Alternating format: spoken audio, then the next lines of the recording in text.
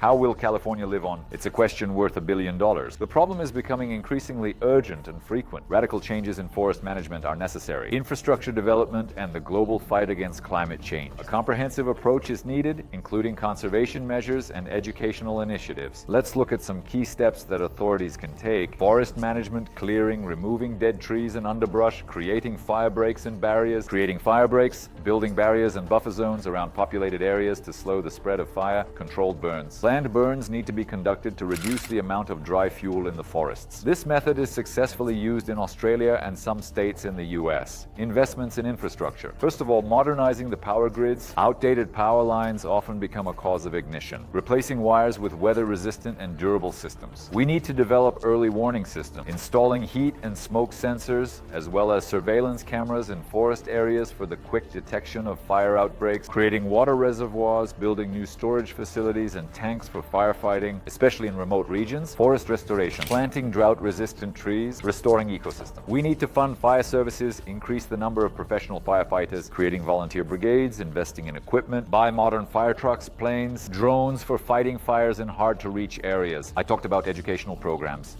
What is this? First of all, informing the public, launching educational campaigns about safety rules during fire hazard seasons, and methods for preventing fires. We need evacuation drills to guide actions during fires, legislative measures, so that people know how to act in case of a fire. Legislative measures. Regulate power grid companies, restrict hazardous area access, power grids, limit access to danger zones. We need to ban forest visits during fire risk times. Limit access during fire risk. Invest in tech. A ban on visiting forests during high fire risk periods. Could the authorities in California have prevented this disaster? It's hard to say, but it would definitely be worth minimizing the risks. Share your thoughts in the comments.